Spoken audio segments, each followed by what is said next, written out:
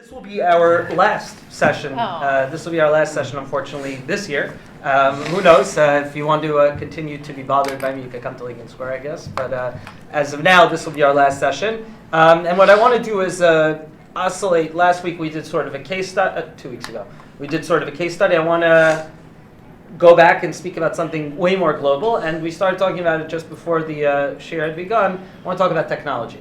And the problems presented by it. It's a big thing. I want to talk about technology. I want to talk about one specific area of technology that may be quite a startling thing to learn about. I know I certainly was kind of scared the first time I learned about it. However, we do discover precedent for the kind of discussion that we're going to have, or that is being had in Jewish sources. We'll touch a little bit upon pop culture, because I think if you ever want to get a sense of what the zeitgeist is and how to get a sense of where people are holding and where the masses are thinking. So you take a look at pop culture, and pop culture is very telling. My brother had this great line once. He said that many sources talk about the fact that we consider ourselves in an age of the Ikvad Mashiach, the Ikvad Mashiach, that Messiah was going to be right around the corner. I was just reading something on Shabbos. There was a tremendous messianic portent for the year 1840, Taf Reish, and it did not come out. And the scholar basically went ahead and showed the difference in the Aliyah that was happening before 1840 and the Aliyah that happened after 1840, owing to the different motivations of people making Aliyah. It was actually it's in the Hakdama of the Sefer Malki B'Kodesh, which is the response of Rabbi Chaim Hershenson. We learned that it's a totally separate thing. But we consider ourselves to be in the generation, or we are widely considered to be in the generation right leading up to the Messianic age, called the Ikvad Mashiach. And so it should be. But be that as it may, certain things about the world of that, and certain things that happen in the world, we point to them and we could gesture to them and say, well, that's another messianic portent, and that's another messianic indicator, and something parallel is happening in the secular world as well. And what I want to talk about is transhumanism to posthumanism, and then I want to finally make it back to what it means when we call ourselves the Am HaNetzach, the eternal nation, which would seem to have more than superficial affinities with the ideas expressed by transhumanists and posthumanists. So why is this belong in a postmodern class? Well, I think the following reason. If you look at the first source, the first Humanist Manifesto, so stand these theses of religious humanism. Though we consider the religious forms and ideas of our fathers no longer adequate, organized religion doesn't necessarily answer or misapek the tzorech of people. The quest for the good life is still the central task for man. He has within himself the power for its achievement. He must set intelligence and will to this task. Now you can imagine the mashber. We make our world, and that nobody is going to, in secular terms, no one is going to come save us from ourselves. There's a great, if you really want a special video to watch, Carl Sagan. Am I pronouncing that right? Carl Sagan. Yeah, the famous astronomer, author of Contact. I don't know if anybody's seen that movie. So he had a famous speech called it's excerpted from one of his books called The Pale Blue Dot. And there's a version online which is set to this really kind of like exciting soundtrack of an orchestra building to a crescendo, and it has somebody speaking it out as a speech in a very nice way, and it has all these scenes from the great movies of history, and it's kind of a really jarring speech. It talks about how the Earth, when Voyager was leaving in 1972, we sent out the Voyager probe. Right? That's in an election. There were all these jokes being made that the only thing that's really happy in 2016 is the Voyager probe, which is hurtling away from our solar system at thousands and thousands of miles per hour. That's the only thing happy. The Voyager probe turned around before it left our space, before it left our solar system. It took a picture of Earth. And Earth appeared as you wouldn't be able to pick Earth out if you didn't know. And Earth is just this tiny pale blue dot.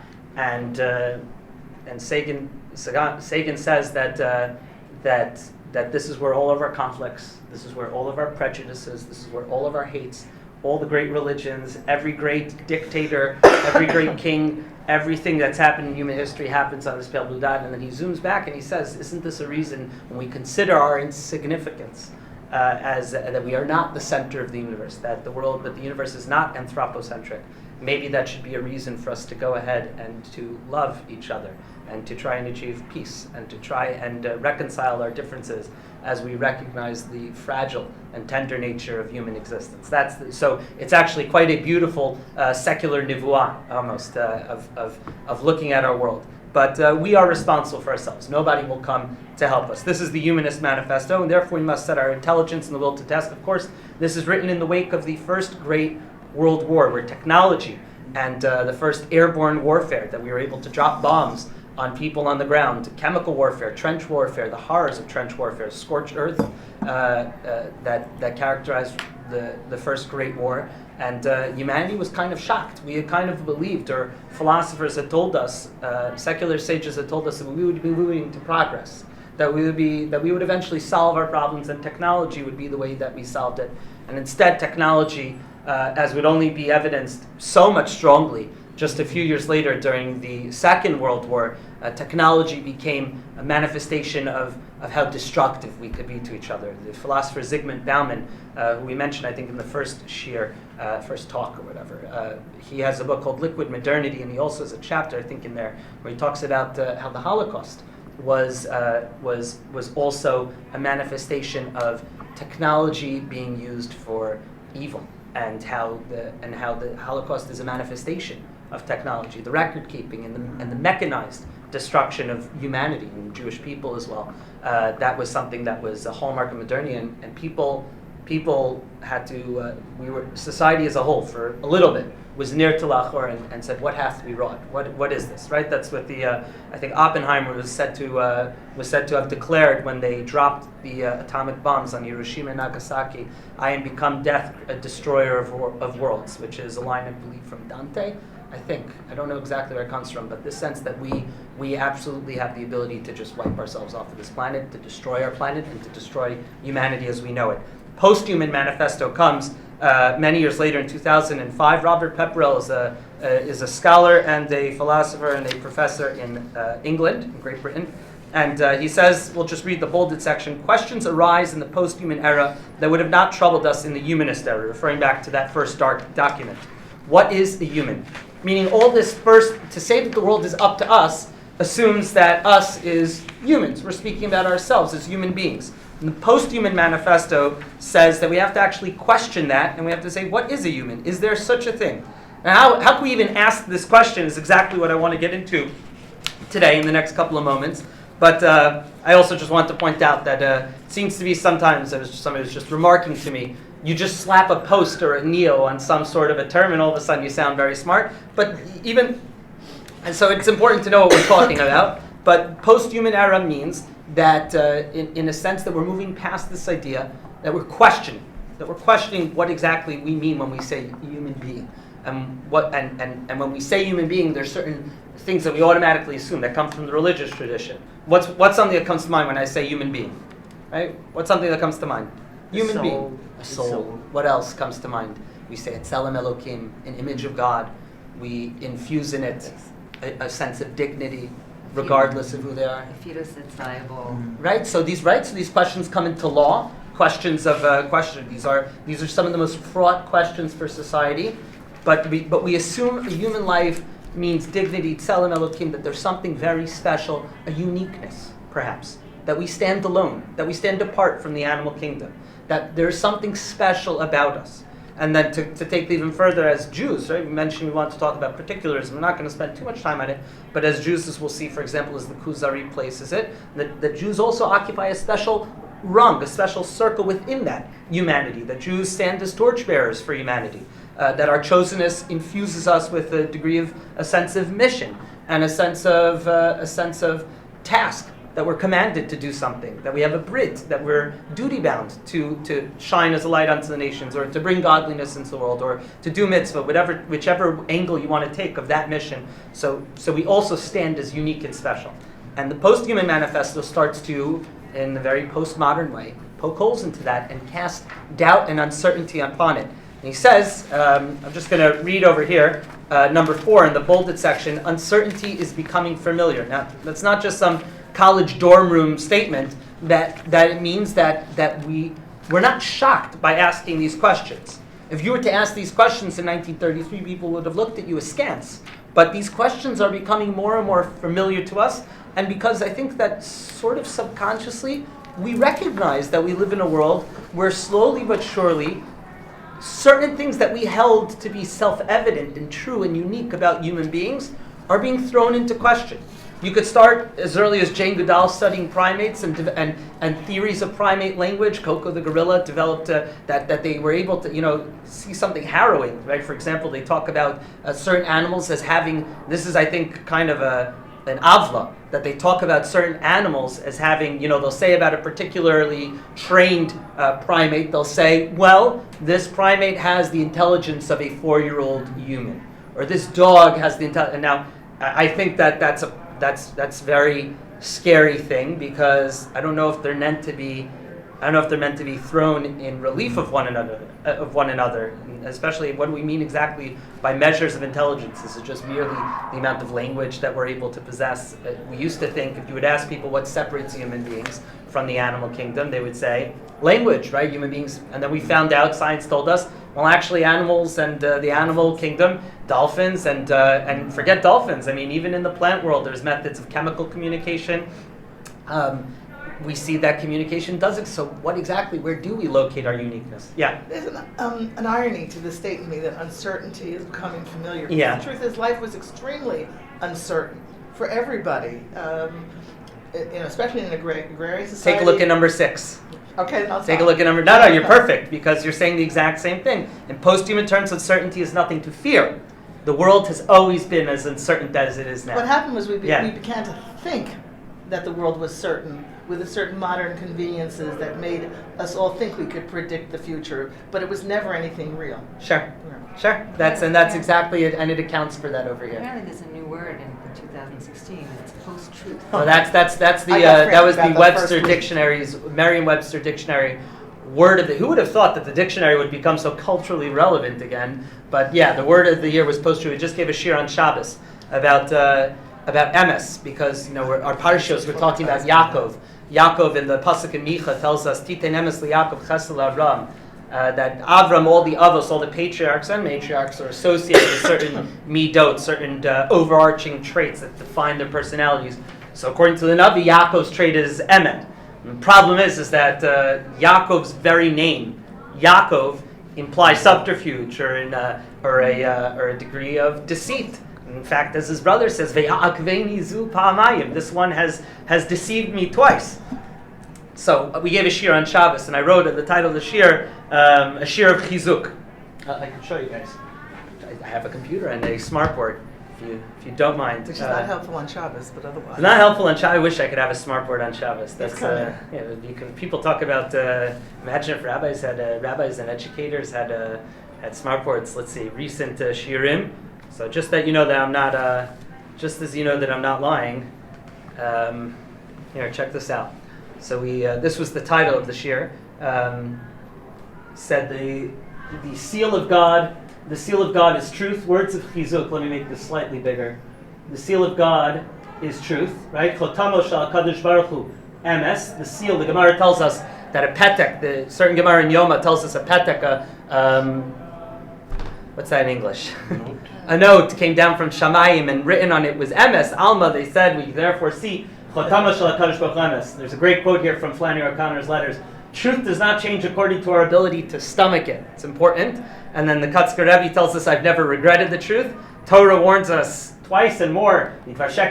Stay away from lies. And Gary Kasparov, it's so fascinating because I'm about to talk about Gary. This is wild. I'm about to talk about Gary Kasparov in our shir. I'll tell you why. Whoever makes the connection gets 5 extra Torah points. Gary Kasparov, who is the chess grand champion, grandmaster, is also pretty well-known Russian dissident. He was on the TV yesterday. He was. I don't have one, which doesn't mean as much anymore because I have a computer. But I wish I would have been able to see it. I know that my wife and daughter were interviewed by Channel 5 News yesterday because they went to Lakapalooza at the Jewish Museum. But so I wish we had a TV to see it. Kasparov, who's a Russian dissident, he said the point, and this is scary. The point of modern propaganda isn't only to misinform or push an agenda; is to exhaust your critical thinking to annihilate truth.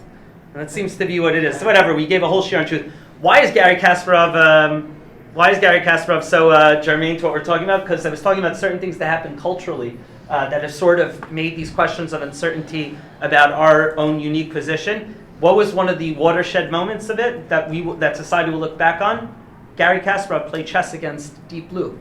Deep Blue was an IBM computer, and that was the first computer to beat the human being in a game. Well, first computer beat a computer could have beaten me at any time in chess, but first it was a big televised thing. It used to be it was the United States against Russia in chess. Now it's the big Cold War chess matches. Nowadays it's us against computers, and we've lost. There was another watershed moment in Japan. The game Go is it's a national sport, and the mathematics involved. So one of the greatest Go grandmasters was recently beaten in a chess match. If you want to see a really cool article on that, the tech magazine online QZ has a whole fascinating write-up on it, which is really cool. But these are moments when this happens after all the hullabaloo dies down, and after our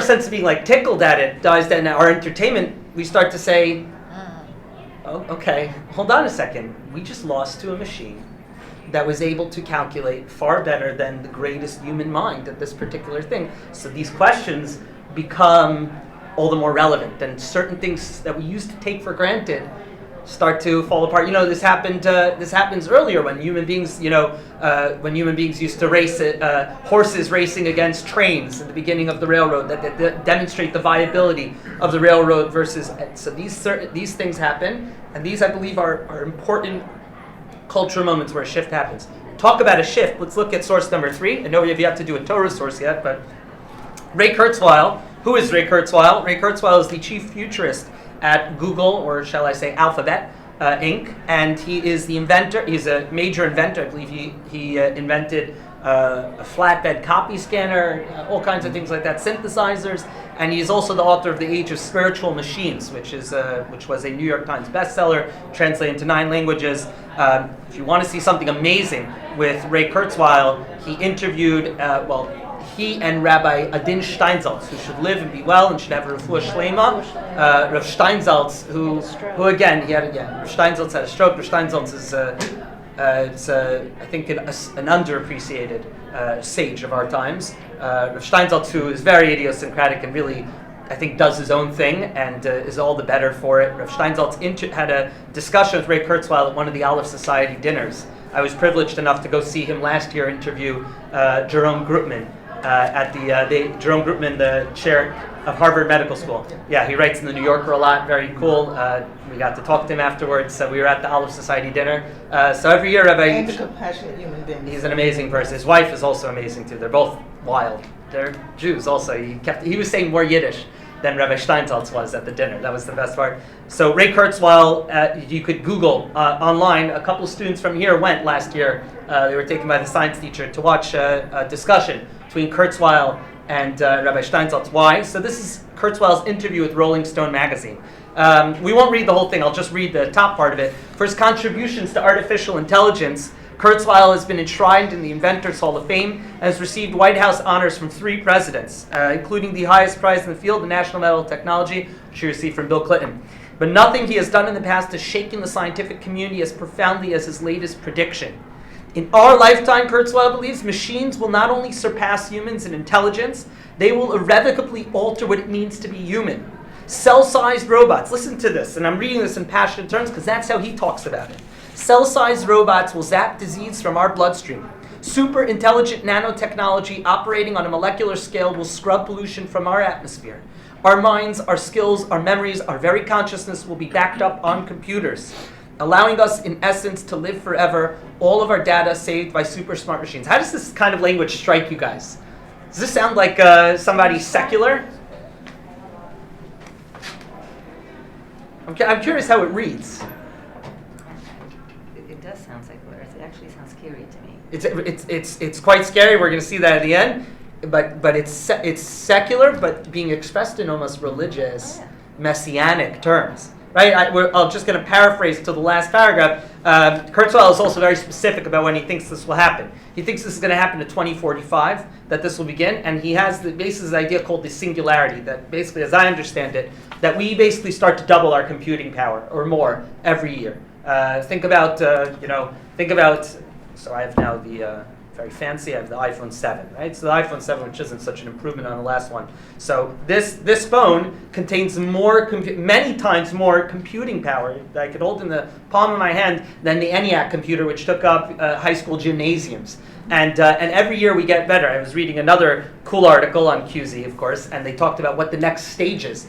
And in iPhones, which is the most ubiquitous user technology in the world, probably, and they said that we are going to see trends in user interface where we will see certain things becoming synthesized, that we will see less UI rather than more UI. We now have this trend, flat user interface, that now streamlined and clean lines are what we privilege. And you could just look at the designs for different company logos. But they said the problem right now is not the technology. The problem now is the bounds of physical reality, that we simply cannot, right? Physics is what's preventing us from bringing out the better iPhone. Physics is what's preventing us, that the technology has gotten to the point where we're really being held up by the laws of nature, which is, yeah. But this apocalyptic kind of language is not new, it's not unique. I mean, we may say, right, in our time, the technology and all of the science, etc., really looks this time as if it's going to, but this end of days kind of thing goes back in human history. You know, our struggle with so many of the harsh challenges, you referred to this earlier, you know, is not it seems that this is it finally, but I think that there have been moments in history where we've said, this is it. I mean, simplest. That's things. true, So but I think that there's one the major. language to me I think that there's one major difference sounds here. apocalyptic. Is that when we say apocalyptic, I think that usually means fire, brimstone, destruction. Here, the apocalyptic notion, the only thing that's scary about it is that we get eclipsed, but it's a better future. We don't know that. I mean, but the way he's describing it, this professional predictor is describing it in terms of where to me, this sounds like Gan Eden. No pollution, no illness, no disease. We will be no loss of memory. Everybody's skills are augmented and perfected. But this is kind of, again, it's fantasy-like, because what's missing from here then is the human element. The human element That is of exactly what's Tovara, missing. and Very good. Okay, I like to see that we're on the same. I'll just read the last part of it. I'll just point to you how kooky it might also sound. Kurzweil was 61 in 2009. The article says he pops 150 pills a day to intend to live as long as possible. So there is something, this intense grasping onto life. To say that Kurzweil, to echo the other side, this is the last paragraph. To say that Kurzweil's prediction is controversial is to understate the scientific firestorm it has generated. No less a pragmatist than Bill Gates has hailed Kurzweil's vision, calling him the best person I know at predicting the future of artificial intelligence. But to other leading thinkers, Kurzweil has gone off the deep end, venturing into an almost messianic fervor with his promises of life everlasting. I think that it's not we're going to be destroyed, we will be perfected. He says the singularity is a new religion, and a particularly kooky one at that. Says Jaron Lanier, a top computer scientist who pioneered the realm of virtual reality. The singularity is the coming of Messiah, heaven on earth, and Armageddon, the end of times. And fanatics always think that the end of time will come in their lifetime. So you guys are, as usual, spot on. I just want to show you one last thing before we look at some Torah sources, and we're right on time. Chava Tirosh Samuelson, who is a professor, she was at Hebrew University, and she's now in University of Arizona, I believe. She's a very well-respected scholar. So she writes. There's a cool Journal of Religion and Science. I didn't check to see if we have it on SAR access to JSTOR.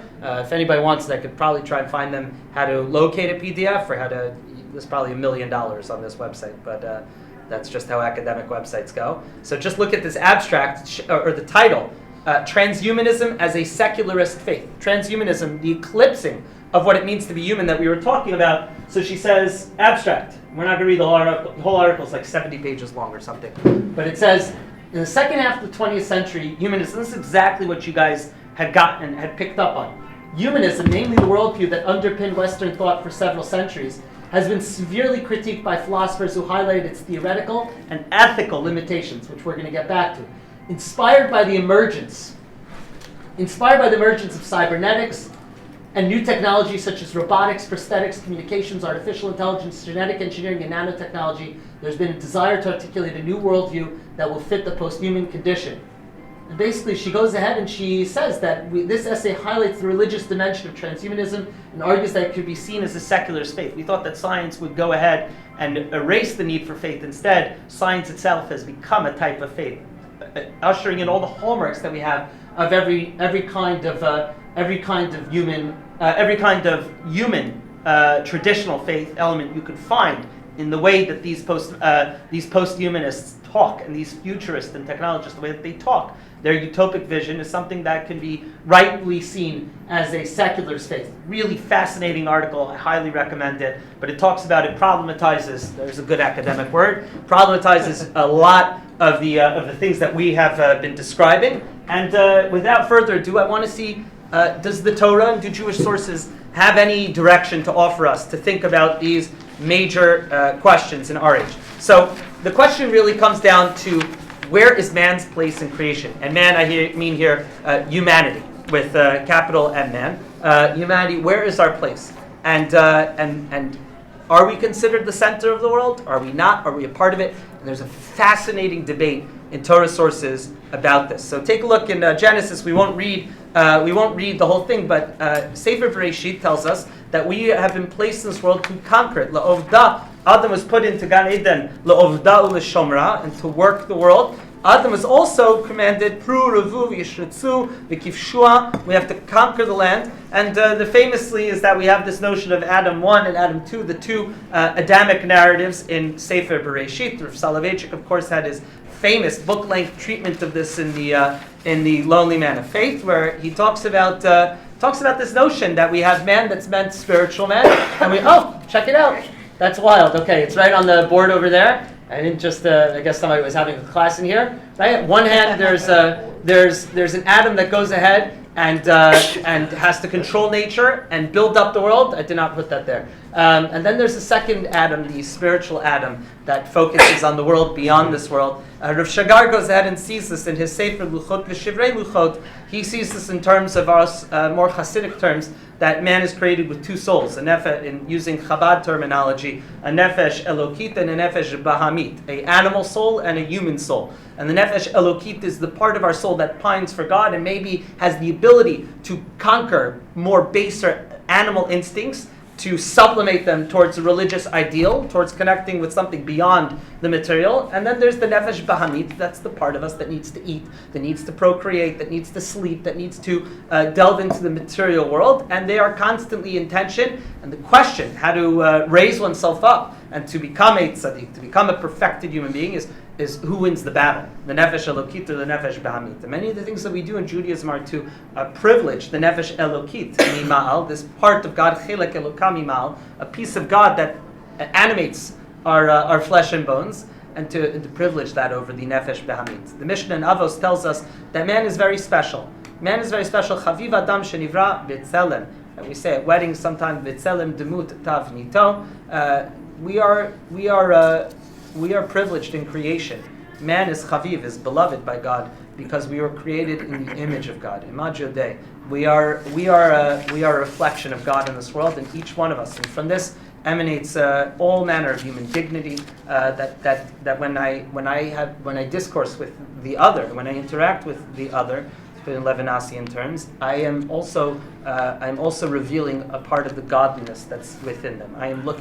I'm speaking towards that person's soul, and that's also regardless sometimes of what that person has done, the actions that the person is undertaking. The thing is, we wrote this. We made this up in order to try to understand.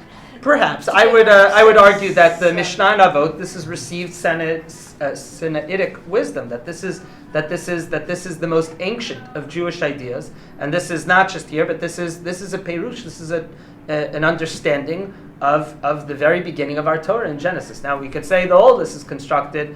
First of all, I think it's a beautiful construction if you say that. But by the same token, I believe at least that this has received divine wisdom, that this is the message, this is the underlying message of God for us, First and foremost, Yesod Yesodot is that we are human beings. The Rambam writes, right? That the foundation, everything else is built on, that we are infused, Ba'alei Bechira, we infused with Itzelem Elokit, that we have the ability to choose between right and wrong, to experience Schar V'Onesh, reward and punishment for our actions. Upon this foundation, everything is predicated. Without this, if this is merely a human construction, then all starts to fall apart. I was just listening to an amazing, really unbelievable lecture by Rabbi Shai Held of Machon Hadar. If you haven't heard it, you got to hear it because it's really awesome. I guess I'm allowed to endorse it as an Orthodox rabbi, whatever. But it's talks about his faith in Emunah in such. I mean, I whatever. I have to reach out to him because it's so special. But I envy the sort of ideological freedom he has to say sometimes what he wants, but he says that this notion that if we accept the findings of, for example, evolutionary biologists that tell us that everything that we do, our desire to interact with other people, is merely some sort of evolutionary construct because we're healthier and better when we do interact with other people, and that everything that we see as religious impulses are merely electrochemical, biological impulses that are chakuk, that are not there, and truly we do not have, we are not balei bechira. So if we do accept those findings, and we don't repudiate them utterly, then everything begins to fall apart. The whole binyan starts to fall apart, and we are merely just intelligent animals, and not something more. The Mishnah in Avot is telling us that we are actually indeed something way more than that. The chilek elukam imal. We have an animal soul to be sure, but we have a godly soul that privileges us and raises us on top of creation. Welcome to SAR. It's beautiful. It's nice. It's a little bit distracting, but okay. So source number 6. Source number 6. Rabbi Moshe Cordovero, 16th century Safedian Kabbalist, author of Tomer Dvorah. Itself not a Kabbalistic work, but based on a Kabbalistic idea of the Sephirotic order. Rav Cordovero, the Ramak, as he's called, is the author of Pardes Rimonim, which is seen as a precursor to Lurianic Kabbalah. Also, if you were to ask a strict Lurianic Kabbalist, you shouldn't study Pardes Rimonim because it's not ordered properly, that it's not edited, and it wasn't given the same treatment as the Arizal's works were given by his student Rabbi Chaim Vital. I digress. Rav Cordovero says, Ha'adam ra'ui she'yitameh lekono.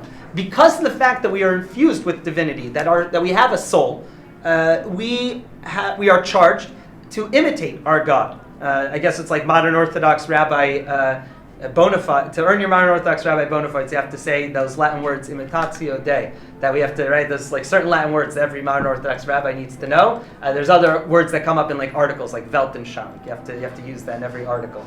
You're right, but I'm being cynical. But we have to imitate God. That's what and we say. Vazia besodat surah yonat sel mutamut. That's how we achieve. Our tselem elkim is not something that's taken for granted. It's something to be developed. It's something to be expanded upon. Something to be refined.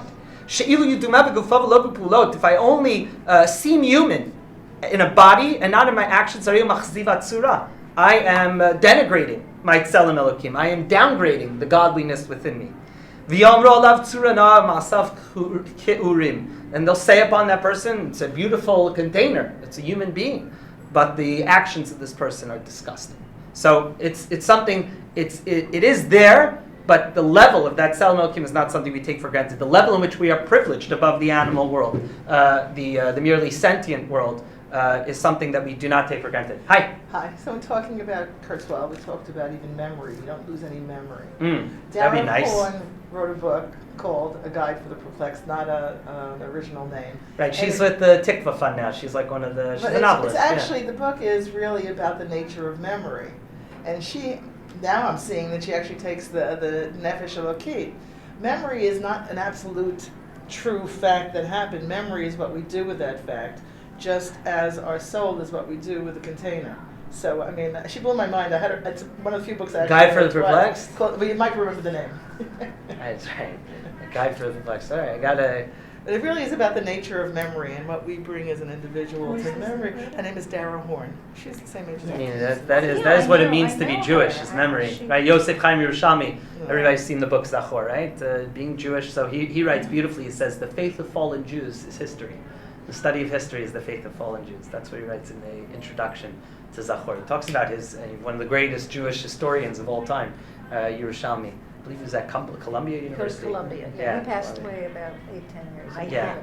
I had him as a teacher. Really? Yeah. I think my mom had him as a teacher in Barnard. Does that make sense also? Yeah. Okay, yeah. How was he as a teacher? Didn't mean to put you on the spot. I came in once late, and I stood up. There were hooks on this side, and I stood up to hang my coat, and he stopped, and he said, "This is like a theater. You don't come in and create." That's exactly what I say to my seniors here. That's awesome. I love that. Yeah, he was a genius. He, Salo Baron before him. These were. I sat on Shabbos. I sat at the Likud Square. I sat across the table. I called an audible because I was sitting across the table. There was a visitor, and of course we said, "Hi, welcome." I said, "What is your name?" And he said his last name. And he said, "Ubach." And I said, "Was your father?" Orbach, right. And he goes, Professor "Yeah." Orbach. Professor Yeah. Ephraim Elimelech Orbach, one of the Right, greatest right. scholars of Jewish history, the sages, author of the sages, and not Rabbi Lau's the sages, but the other one before that, and author, scholar, probably the greatest scholar of the Bali Tosafot. So I'm like, okay, I got to say something from the Bali Tosafot on Shabbos. So at Shalosh Shudas called an audible, and we said something instead. And I got to mention the greatest scholar of Bali Tosafot ever. His son is right here. I asked him if he's in the field of Jewish history. He's like, "No, I'm an art dealer." I'm like, okay, similar kind of thing. Anyway, we're gonna do source number 7 outside. Sefer Kuzari. I hope people are familiar with one of the foundational books of Jewish philosophy. Sefer Kuzari talks about the conversation between Melech HaKuzar, the Khazar king, and he has the Chacham, or the Chaver, has a dialogue. It's written in dialogical style, and he proves Judaism as this truth faith to the king, and the king is so impressed that the whole kingdom goes ahead and converts. So one of the things that they have a conversation. If you look at Mem Aleph over here, if you look at Mem Aleph, basically he says that life is divided into many different categories. We start with Domain, the inanimate world, Someach, we have the plant world, Chai, we have the animal world, and then Medaber. Speaking is what elevates us. And that's also based on a line from Onkelos. Onkelos tells us that God breathed the soul of life into man, and Onkelos translates it as Ruach Memalala, a speaking soul. That's what infuses us with our humanity. And then he's asked, the Chaver says that, let's say we're to find an individual who's perfect and could live in fire and is not harmed and doesn't need to eat. And the king goes ahead and says, well, that would be Elokit Malachutit. It's changed here to Malachit, but it's an artificial god. And the Chaver, which is a wild thing, I wish we had time to dwell in it, the Chaver responds, those are Tzad Tarei HaNavi Asher Ein Alav Cholek. What you're actually describing are certain descriptors of this person who's risen above that which it means to be merely human. That is the description of the Naviim. We do find our Nevi'im. We do find people that have been Mekadesh themselves, sanctified themselves to certain degrees, that they no longer function in a physical sense the way that other people function. There's amazing stories even in our times. For example, Rabbi Shlomo Zalman Auerbach. They have one of the greatest Torah scholars of the last 100 years, kind of leadership that we sorely need. Shlomo Zalman Auerbach, in the book about him, is one of the biographies about him. Chanoch Teller writes that Rav Auerbach had nerve damage from an operation, nerve damage in his cheek, that basically put him in 24/7 excruciating pain. And he had an operation to fix it, and he wouldn't take anesthetic because he was told that the possibility of the anesthetic at his advantage would diminish his rational Torah faculties, and he was able to undergo the surgery without it. And we find this in other religions as well. I forgot the name of the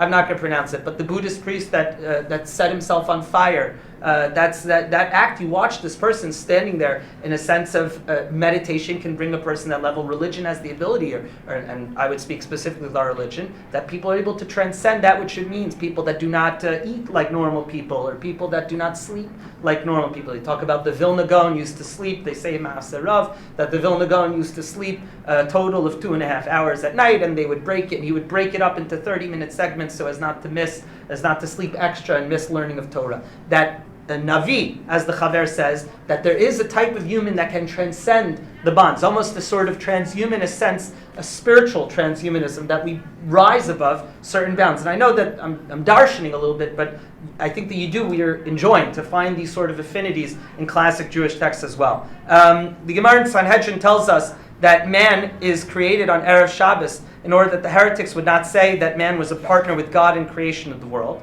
that God didn't have any assistance. Another thing is that if somebody were inclined to let his mind soar and think, I am so great and I'm the most important thing, a reply to him we would say is, a gnat preceded you in the order of creation. So all of a sudden, a de-emphasis on how important we are, a de-emphasis on how great we should feel about ourselves, that we are indeed still part of creation. The only difference is this bechira that allows us to rise above the creation. Without exercising our bechira, our rational faculties and our spiritual faculties in the proper way, we do remain somewhat merely human, almost animalistic, and that we are able to exercise our bechira, our power of choice that sets us apart as human and allow us to elevate and transcend.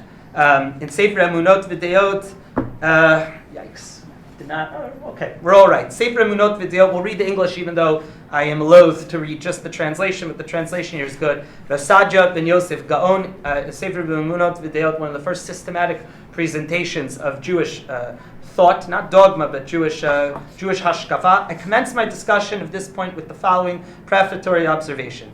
In spite of the great multiplicity of created things, we need have no difficulty in deciding which of them is the most essential part of creation, because this is a point to which the science of nature is able to elucidate for us. Right? We can turn to scientists to tell us this. From the teaching of science at this point, we find that man is the most essential part of creation. There remain nothing superior but man. This makes it certain for us that he is undoubtedly the ultimate object of creation. The whole world was created for us.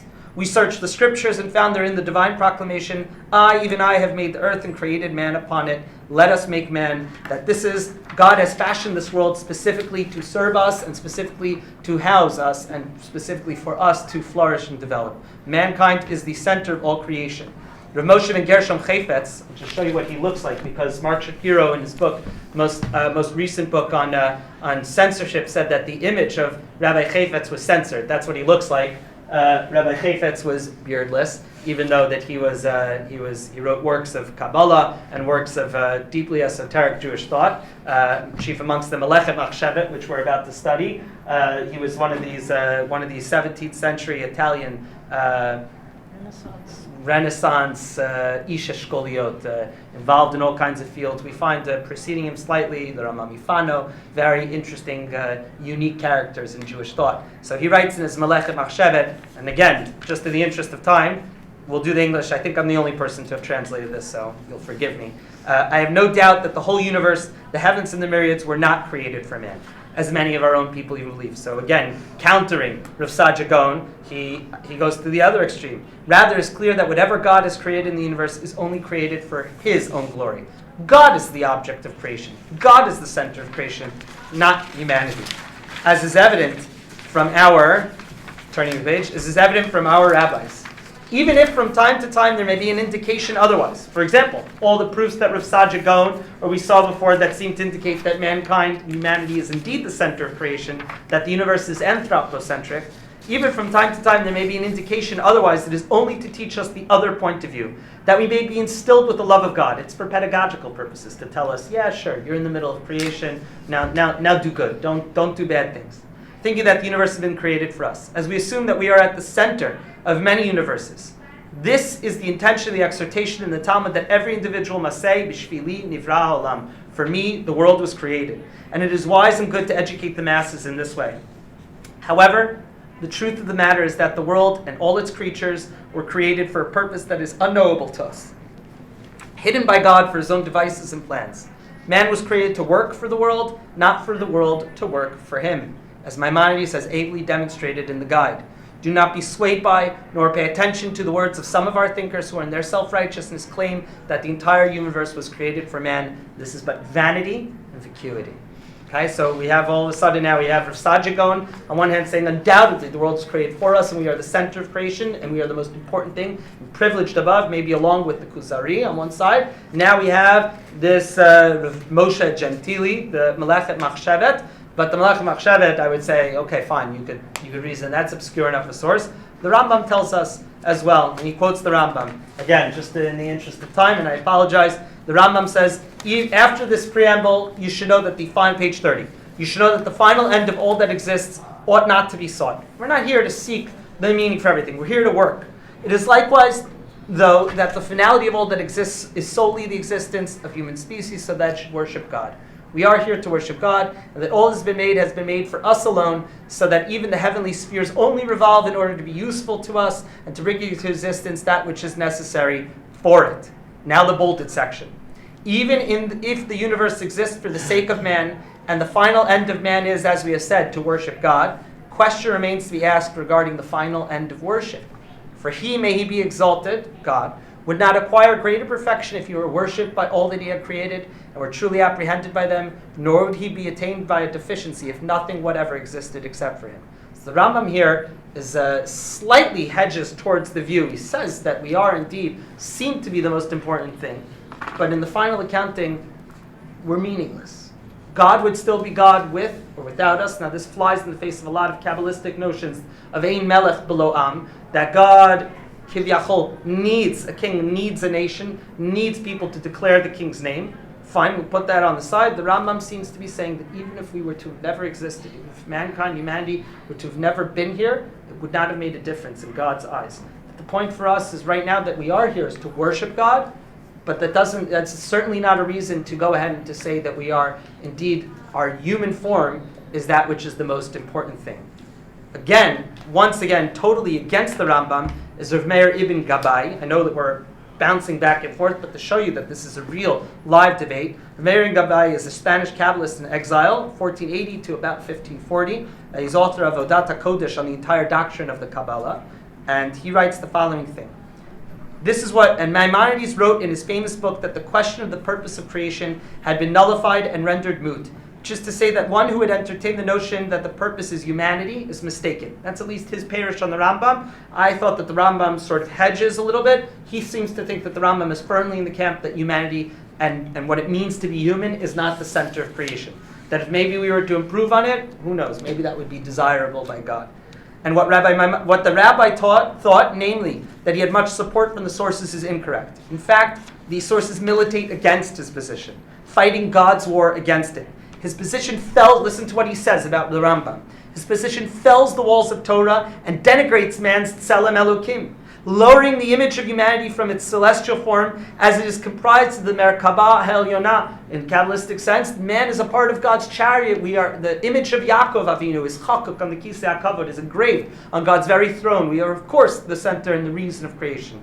This is a wound in the edifice of that which is holy and is actually the damaging opinions of those who seek to destroy the ramparts of truth. He sees the Rambam as saying, de-emphasize humanity, Rambam, that is the kafira of the highest order, that is the heresy of the highest order. And he attacks the Rambam for it. This is strong language, right?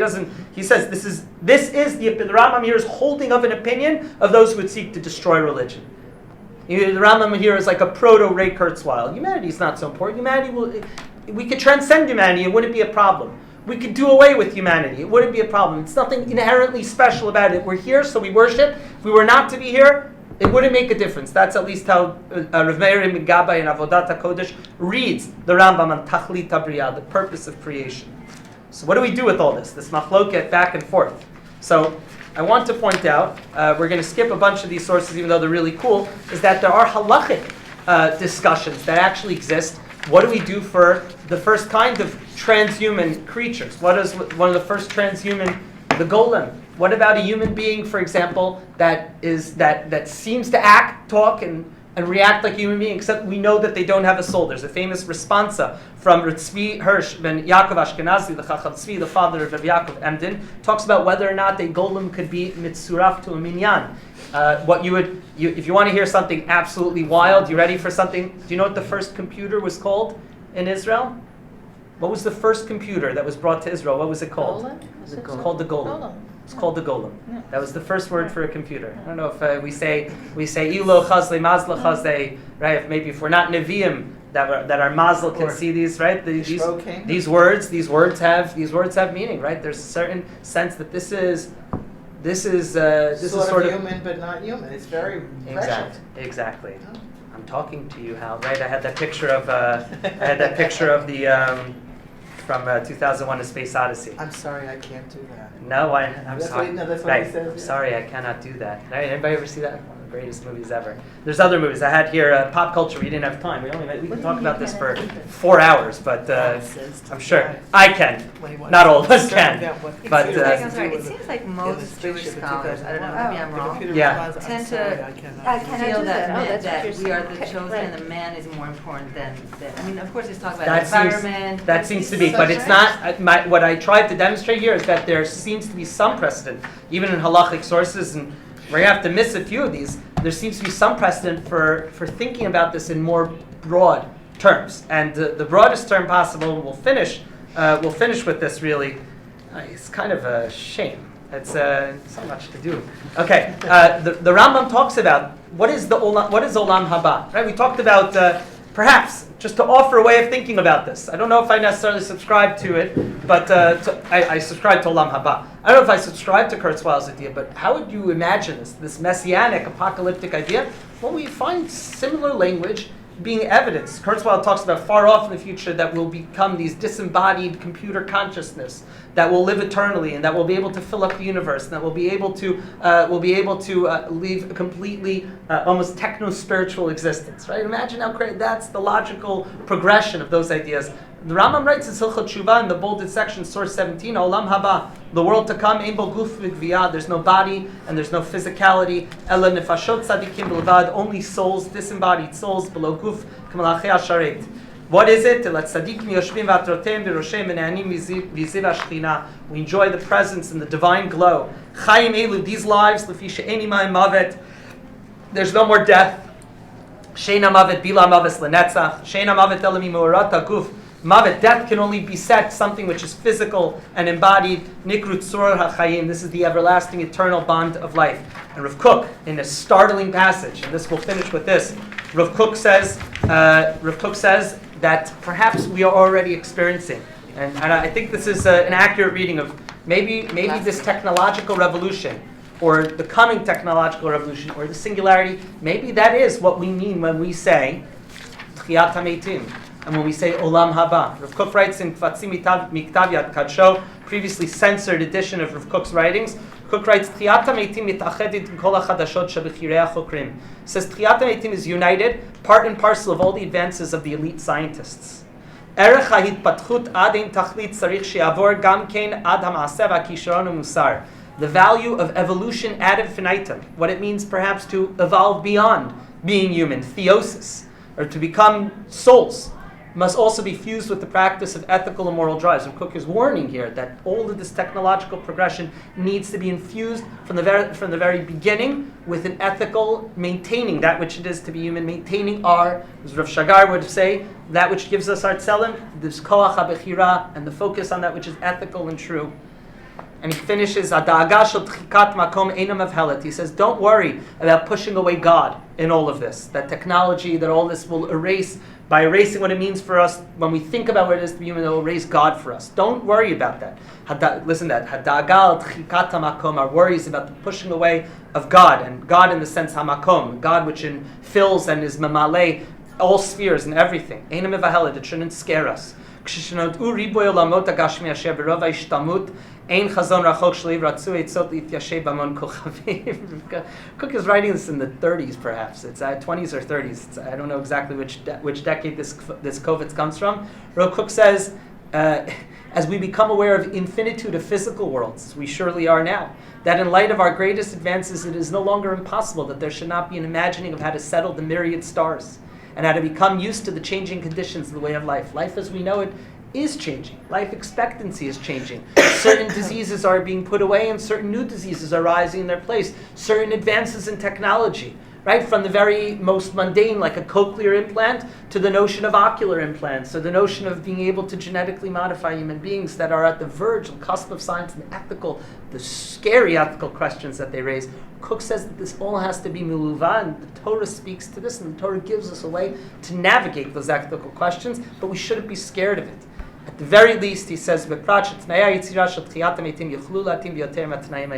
we can imagine that what we understand as Tchiyat HaMeitim, resurrection of the dead, can be seen, can be read in consonance with the sort of developments that we might see science and the natural world producing. Almost like, what do you expect? How do you expect it to look?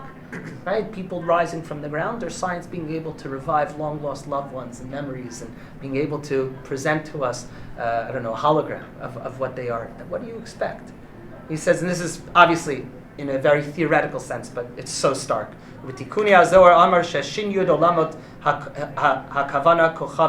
says we already find in the Tikkunim of the Zohar, the first section of the Zohar HaKadosh, that there have been 310 worlds created for every tzaddik, that there are 310 worlds created. That could be referring to the 310 worlds attached to many stars. If you want an article on that, see Rabbi Lamb's article on extraterrestrial life and the search for extraterrestrial life in Judaism. I leave us with this.